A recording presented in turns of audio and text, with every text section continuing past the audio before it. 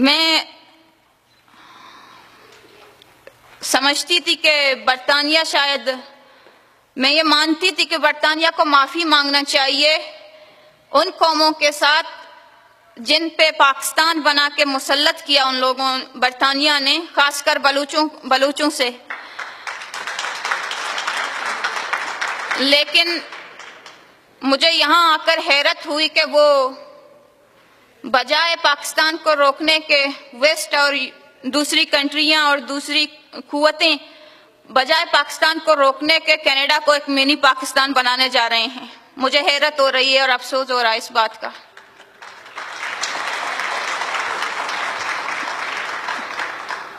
جو یہاں پر یہ موشن پیش کر رہے ہیں یا اس موشن کی حمایت کر رہے ہیں M103 کی، یہ پاکستانی فوج سے، پاکستانی اسٹیبلشمنٹ سے انسٹرکشن لے کر آئے ہیں. اسے ویسٹ کوئی معمولی سا موشن سمجھ کر اگر اس پر خاموش رہی یا اس پر سوچا نہیں تو ویسٹ کو مستقبل میں یہاں کی نسلوں کو اس کے اثرات سے ضرور گزرنا پڑے گا. کیونکہ میں خود ایک وکٹم ہوں اسی مذہبی انتہا پسندی کی. میں نے اپنے لوگوں کو انہی مذہبی انتہا پسندوں کے ہاتھوں مرتے دیکھا ہے. اسی مذہبی انتہا پسند آرمی کے ہاتھوں ہمارے گھروں کو جلتے دیکھا ہے. ہماری عورتوں کو یہی مذہبی انتہا پسند سوچ کیونکہ یہ ایک میں نہیں سمجھتی کہ اس کا M103 کا تعلق کسی مذہب سے ہے، بلکہ یہ ڈائریکٹ پاکستان کی اسٹیٹ پالیسی ہے جو یہاں پہ اپلائی کی جا رہی ہے.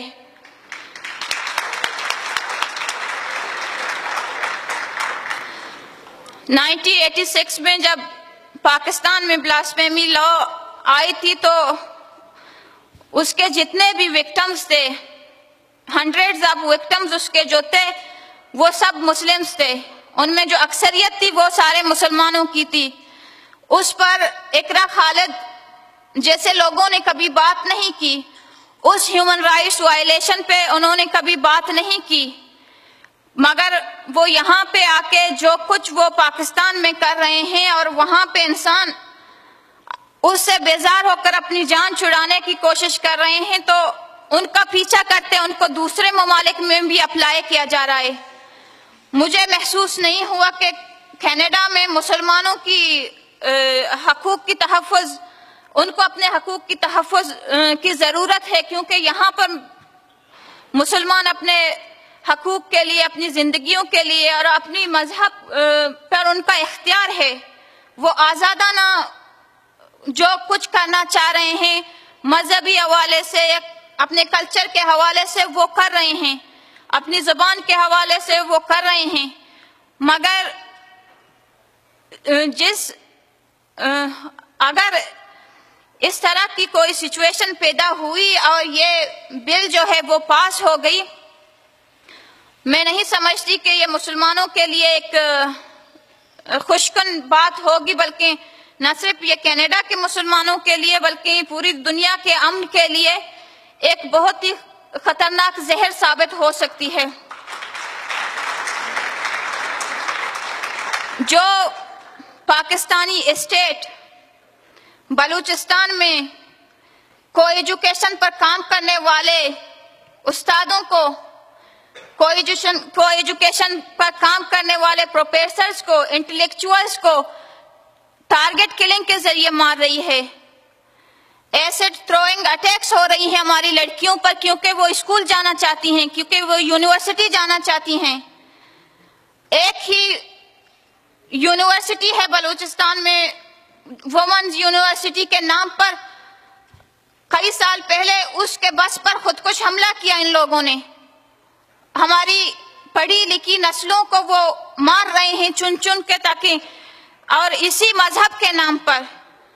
کیونکہ وہ جب آتے ہیں ہمارے اسکولز میں ہمارے لڑکیوں پہ ایسڈ اٹیک کرتے ہیں تو وہ یہ نعرہ لگا کے جاتے ہیں کہ ہم کو ایجوکیشن اور کے خلاف ہیں، ہم انگلش لینگویج سینٹرز کے خلاف ہیں کیونکہ یہ کافروں کی زبان ہے، ہم نہیں چاہتے کہ بلوچستان میں پڑھائی جائے. اور آج وہ یہاں آ کے اس طرح کے قانون اپلائی کر رہے ہیں. یہ یہیں سے ختم نہیں ہوگا، یہ ایک M1 اور 3 سے ختم ہونے والا نہیں ہے. یہ پہلی اینٹ رکھ رہے ہیں، اس کے بعد یہ کوئی اور قانون لے کے آئیں گے، اس کے بعد پھر ایک اور قانون، ایک اور عذاب لے کر آئیں گے وہ. اور آپ لوگ کینیڈینز کو میرے خیال سے ڈسکریمنیشن، وہ کہتے ہیں کہ ہم ڈسکریمنیشن نہیں کرتے. اپنے اس بات کو منوانے کے لیے خود کو اور اپنے اقدار کو، اپنے ویلیوز کو، اپنی ڈیموکریسی کو، کینیڈا کی جمہوری سسٹم کو انتہا پسندوں کے ہاتھ میں دینے کی کوئی ضرورت نہیں ہے. اس بات کو وہ اپنے ویلیو سے ثابت کر رہے ہیں، وہ اپنے ڈیموکریٹک طریقوں سے اس کو ثابت کر رہے ہیں. یہ تو فریڈم آف اسپیچ پر قدغن لگانے کی بات ہوئی، کوئی اپنے حقوق منوانے کی یا اپنے حقوق حاصل کرنے کی بات نہیں ہوئی، کیونکہ ان کا کوئی مذہبی حق یہاں پہ سلب ہوتے کسی نے نہیں دیکھا ہے. بلکہ وہ محسوس نہ کریں خود کو کمتر، ان کو تو بڑھ چڑھ کے ان کا استقبال کیا جاتا ہے، ان کو تو ان کی بڑھ چڑھ کے دی جاتی ہے. پھر بھی وہ اس طرح کے قانون نافذ کرتے ہیں. مجھے تو حیرت ہوتی ہے کہ جب ہم بلوچستان میں ایک اسٹوڈنٹ آرگنائزیشن سے بیلونگ کرتی ہوں، میرے کتنے ساتھی، میرے اسٹوڈنٹس، دوست کتنے، میں نے ان کی لاشیں پاکستانی انہی دہشت گرد اور شدت پسند آرمی کے مجھے لوٹائی ہیں. ان کی چہرے بھی دیکھنے پہچاننے کے لائق نہیں تھے، ان پہ تیزاب پھینک دی گئی، ان کی لاشوں پہ ان کو ڈریل کیا گیا. تو اور وہی آرمی آج کینیڈا میں اسائلم لے کر فیسلٹائز کی جا رہی ہے ان کو کینیڈین حکومت کی جانب سے. جو آرمی ہمارے گھر میں گھس کر ہمیں مار رہی ہے، ہمارے عورتوں کے ساتھ ریپ کر رہی ہے، ہمارے بچوں کو اٹھا رہی ہے، اس آرمی کو وہ یہاں پہ پناہ دے رہے ہیں، سہولتیں دے رہے ہیں تاکہ وہ اور قابل ہو جائیں ہمیں مارنے کے.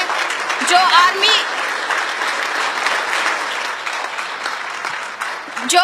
1970 کو بنگلہ دیش میں وار کرائمز میں ملوث رہی ہے، جینوسائیڈ میں ملوث رہی ہے، لاکھوں بنگالی عورتوں کی عصمت دری کرنے میں ملوث رہی ہے، وہی آرمی وہ 48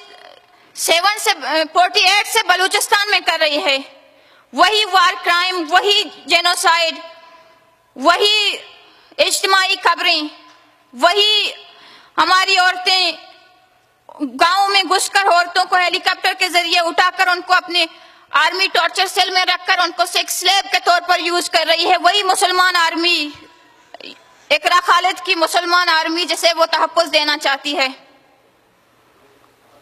میں ایک وکٹم کے طور پر یہ سمجھتی ہوں کہ اگر ایسا کچھ ہوا، اگر یہ بل پاس کی گئی، نہ صرف یہ کینیڈا کے مسلمانوں کے لیے بلکہ دنیا کے انسانوں کے لیے ایک زہر ثابت ہو سکتی ہے. اور میں سمجھتی ہوں کہ پاکستان کے ہاتھ مضبوط جو کوئی بھی کرے، میں سمجھتی ہوں کہ بلوچ جینوسائیڈ میں اس کا برابر کا حصہ ہے. Thank you.